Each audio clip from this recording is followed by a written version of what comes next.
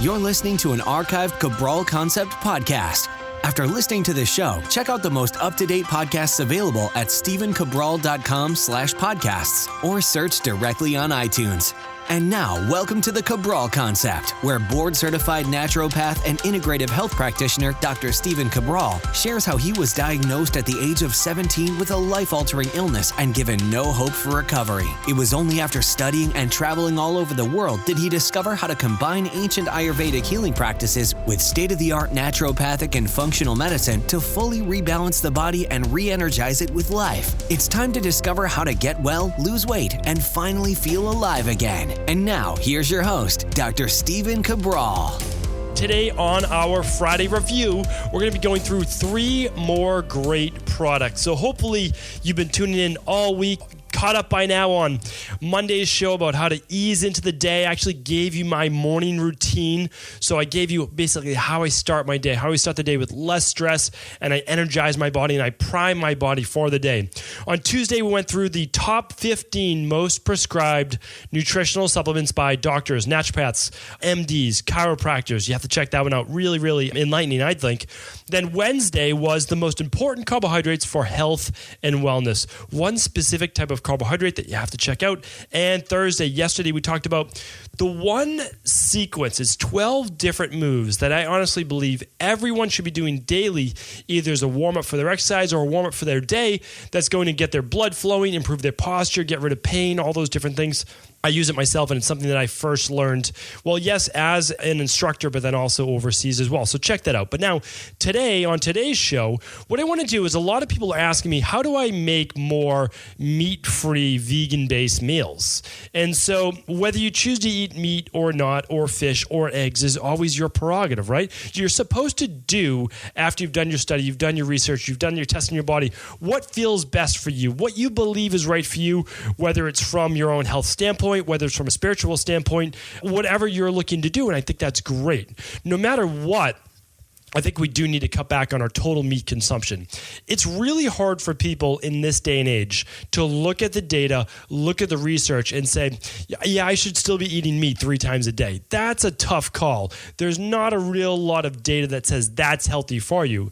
There's a lot of data that says decreasing meat overall in your diet and replacing it with more plant-based food, that's healthier. You're going to have a hard argument to make if you say meat is more important for you than fruit and vegetables, especially the lower glycemic like berries and really high antioxidant foods, because those have been shown to be anti-cancer, anti-autoimmune, anti-this, anti-that, and boosting the immune system. You can't say that, red meat or bacon is non-autoimmune or cancer preventing, because it's not, unfortunately. That's just how it works. So we have to go by the science as well. So again, choose how much animal protein or fish or eggs you want to do in a day. But there's nothing wrong with saying, okay, I'm going to take back, maybe my first meal or 2 meals a day and have that be vegetarian or vegan or whatever it might be.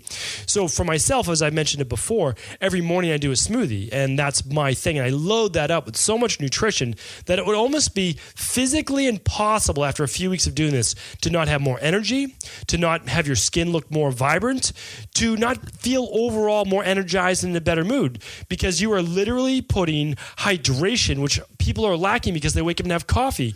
Well, have your coffee if you want, but I also want you to do 16 to 20 ounces of fluid in your shake, whether it's half water, half almond milk, or coconut milk, or however you want to do it. And then add in a cup of berries, minimum. You can do more if you want, but if you're looking to lose weight, a cup of blueberries, a cup of mixed berries, that's fantastic.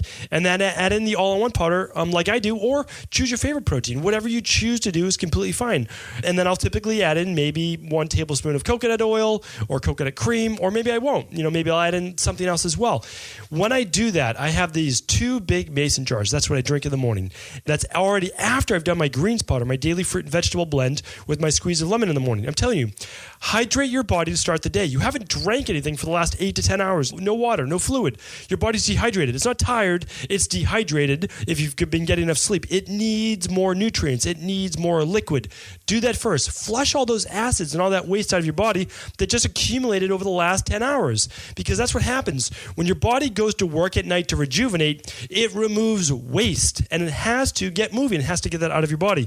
So I'm telling you, you're doing yourself a great disservice if you are not hydrating your body in the morning. You want to eat breakfast instead of doing a smoothie? No problem at all. And that's what we're going over right now. Okay, so one thing that I'll sometimes do in addition to my smoothie, or I'll sometimes do on the weekend if we go to brunch, or I might do for lunch as well. Remember, a breakfast food can be a lunch food. It can be a dinner food. It's okay. I just think this meal that I'm about to talk about right now is a better breakfast or lunch because it's a little higher in carbohydrates.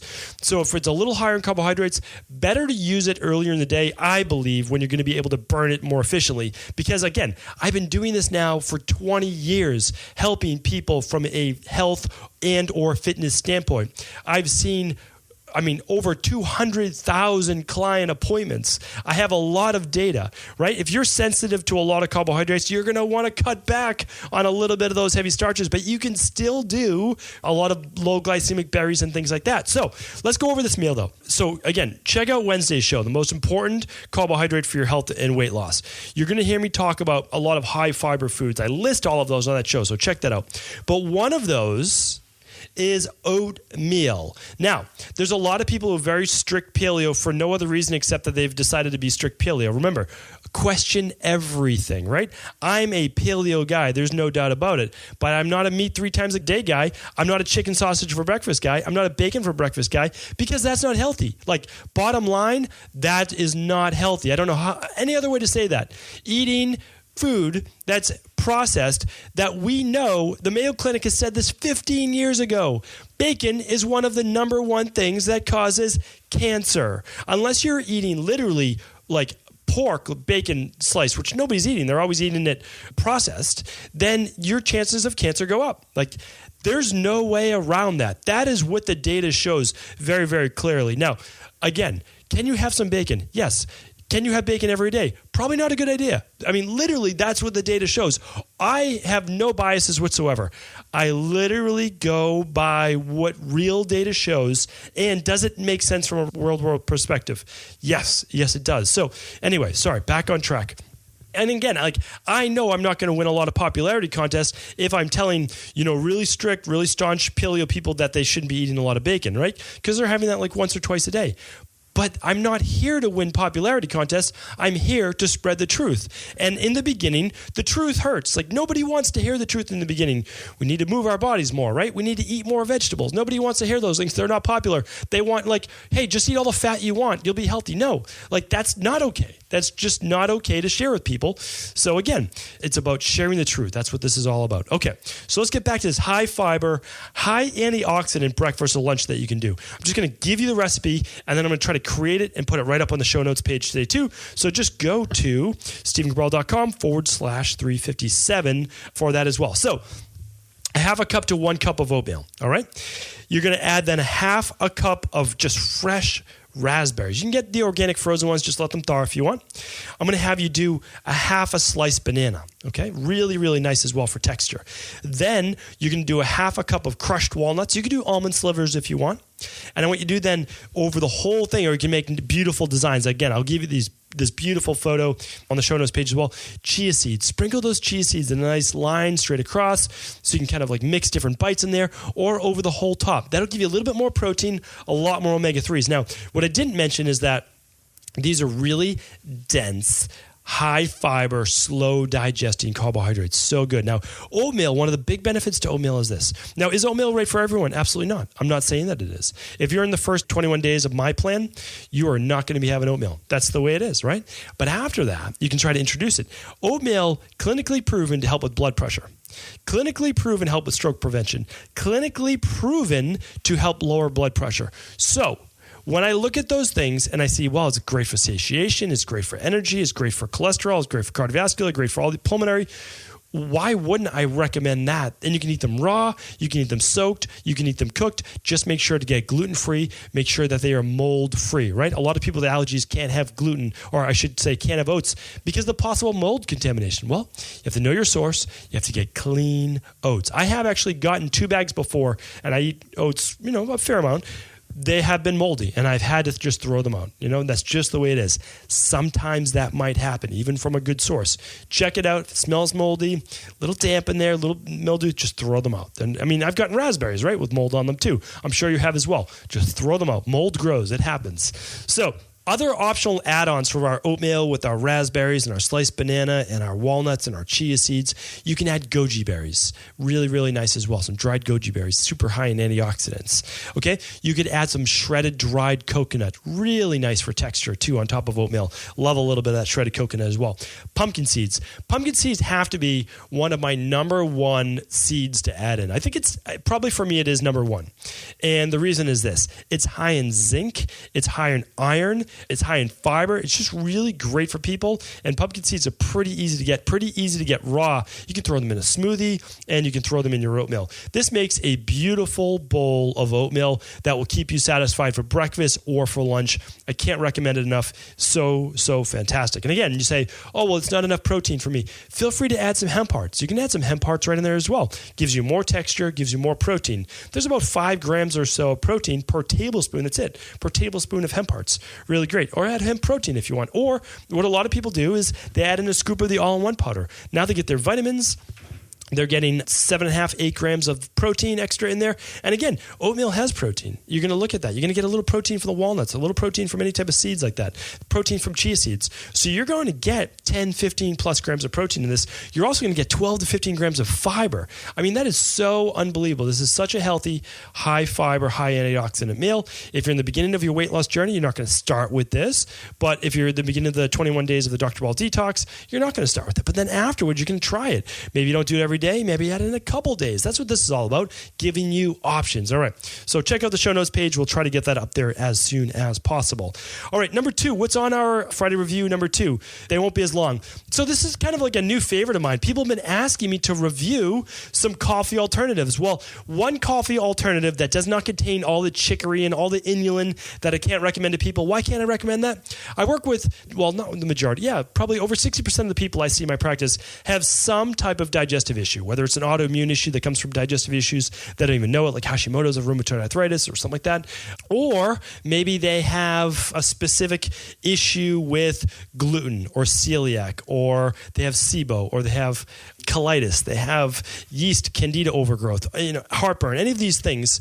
We can't give those people chicory. We can't give them inulin. It feeds bacterial overgrowth. It feeds yeast overgrowth until you eradicate that, and then you add back in the good stuff. And again, you can test this with an organic acid test, or you can just go cut right to the chase and do the candida-based protocol. That works great too. So, but one great product that's getting a lot of press lately is something called 4-Sigmatic mushroom coffee. So the brand name is 4-Sigmatic. They have their own website, of course, and then you can find them on Amazon as well. It's called mushroom coffee. They have a lot of different kinds. I think I tried 4 different flavors from them. My favorite was mushroom coffee with lion's mane and chaga. What is lion's mane? What is chaga? Well, they are types of mushrooms. Chaga is used for endurance. Really nice, originally used by mountain-based tribes. I believe it was in the Andes. I believe, don't quote me on that, but it was definitely mountain-based tribes. And when they actually found, I believe, goats originally eating these mushrooms, and they recognized like the stamina and the extra strength in these goats, they started eating the mushrooms as well, and it gave them the stamina, again, to be able to climb these big mountains at high altitudes, where typically you might suffer from altitude sickness or kind of weakness or any of those different types of things. But lion's mane, it's about lion's mane. This product, the reason why it is, I believe, a great product is because it contains lion's mane. Lion's mane is another type of mushroom. It's uncanny in nature how sometimes the food you eat looks like the thing inside of your body that it's benefiting. So one example is this. When I was studying herbs, and again, I was in India, I was in the foothills of the Himalayas, and I was literally studying the herbs, and we would look at the ginkgo biloba herb. Ginkgo biloba, known for thousands of years to improve cognitive ability, meaning like brain health, right? When you do a CT scan, again, they didn't know this back then, but you do a CT scan, an image of someone's brain, right? And you look at it through the frontal lobe or the front of their face.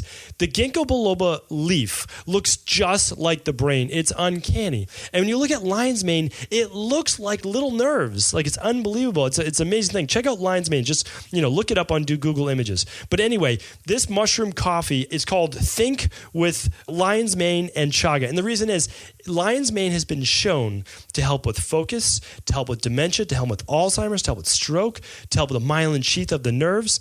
And I'll tell you, so I'm very skeptical. I really am. I've tried well over 1,000 supplements. I'm telling you, it has a little instant coffee in there. I wish it was organic. I'm not sure if it is or not. It has a little wild rhodiola, which is great. All these other things are wild. So here's the interesting thing. It's only about 30 to 40 milligrams of caffeine. That means you can dump this powder into a cup just with like 7-8 ounces of water. You drink it like a tea, but it's just an instant coffee. And you get what would amount to be about 1/4 of a cup of coffee. So if you're trying to cut back on your caffeine, you could do this, get a little bit of that caffeine. But I'll tell you, I've done this a few times before writing my new book. And I used this a few months back when I was writing it, finishing it up. And I'll tell you, placebo or not, I tried it multiple times. I felt a difference when I used this product. I don't get paid for recommending these guys. But anyway, I think it's good tasting and it's a nice little product. Some people actually add that to their coffee. So they're getting a little bit more kick from the caffeine, but they're getting that benefit from the lion's mane. So anyway, I feel like I would bring that to you. And right now, that's kind of like my current favorite fun one to throw in. Do I use it every day? No. I don't know. In the beginning, it was more fun. I would do it maybe like once a week or twice a week. Now I don't use it too often, but every once in a while I will do it because I like all these new fun things. I really do enjoy the supplement industry and all the healthy things that can come out of it and improve our own body. All right, last one for the day we are going to talk about is how to make a healthier French fry or potato chip for your family.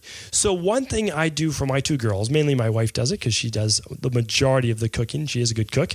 So what we do is we look at like how can we take all of these fun things like ice cream and French fries and chips and all those types of things and have those things, but make it healthier. And so what we do is we will buy, so I want to give you specifically plantains. So plantains, you can buy the green ones, you can peel them, you can slice them up really thin, and then you can just add a little olive oil, a little rub on them if you want specifically. You can put some sea salt on them. Some people do paprika, some people do garlic powder. You can flavor them however you want. And then just bake them. Bake them for and it takes no time at all. 8 to 10 minutes per side. Flip it over 8 to 10 minutes at about 375, 400 in your oven. You'll see them start to brown up. Take them out. Put them on a plate with a paper towel on the bottom, paper towel on the top to absorb any of that moisture. And then you can have them that night for dinner. And there you go. You have plantain potato chips.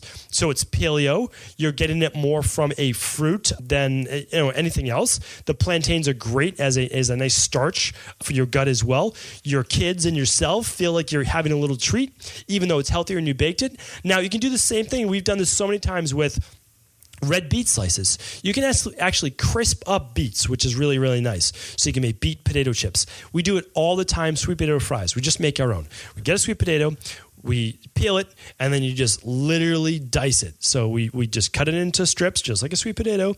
And then a lot of times we'll bake it. We'll just put a little bit of olive oil, coconut oil on that sheet. And again, I'm not an advocate of cooking with oil at all, so I'm not saying that. And then, but what you're doing is you're baking, and you add I use Himalayan sea salt, or I use real salt. Put that right on there. You can do a little cracked pepper, whatever you decide to do, and it's amazing. So you can use yuca. Yuca fries are amazing. We do yuca fries all the time. We do the thick steak fries out of yuca fries. Love those. So yuca, plantain, taro, beet. So think about this. You can make healthier alternatives to deep fried chips and French fries, and you can give really nice treats for yourself and for your whole family. You can get organic ketchup if you really want to do that, and anything like that. And again, so you have all these great options at you. I'm just trying to give you more options to do healthier things for yourself, your family. I think it's great. And again, if you're at a grocery food store and you're going to get chips anyways, why not? They have vegetable-based chips now. So again, it's still fried in oil. But there's a brand, I can't think of it off the top of my head. It's a black bag, and it has the different color like beets and sweet potato in there. I think it's called actually Sweets and Beets. Check that out. I'm not positive. But again, healthier if they're baked, but at least you're getting plantain chips or sweets and beets or those types of things rather than eating just maybe white corn chips, or you're eating white potato or those types of chips. So anyway, something to check out. I hope that these recommendations work well for you. Let me know if you have any feedback. As always, you can just go to stevencabral.com/ facebook.com/askcabral. Let me know if there are any questions. But that high fiber, high antioxidant breakfast or lunch, so fantastic. The mushroom coffee will get you smarter, thinking better. And what else? And then we have our last one, which really talks about how you can start to just integrate healthier things in your lifestyle with those plantain chips or sweet potato chips or those types of things. Take care, everyone. Enjoy your weekend and make sure you come back tomorrow because we're going to go over all of the community's questions that we've gotten over the past week or two. Take care. Did you know that the body really only becomes sick or imbalanced in only two ways? Over time, you become deficient in vital nutrients, and you also accumulate toxins internally and from the environment. As those nutrients diminish and you increase your total toxic load, your body then begins to show the first signs of dis-ease. It's actually quite predictable, and the good news is that if we know how you began to fill up that proverbial rain barrel, we also know how to empty it to begin the healing process. I was fortunate enough to learn this ancient healing process from my mentor after suffering from debilitating diseases for close to a decade. It was only when I began to implement these techniques did I finally overcome my illnesses and go on to live a life of energy and vitality that I now enjoy. I'd like to share with you now what I discovered after traveling all over the world and how to combine the best of ancient healing wisdom with state-of-the-art science. Allow me to teach you exactly how I've been able to help over 250,000 people to empty their rain barrel and begin to transform their body and lives into what they've always hoped they could be. To get your copy of the international bestseller, The Rain Barrel Effect, simply go to stephencabral.com/rainbarrel.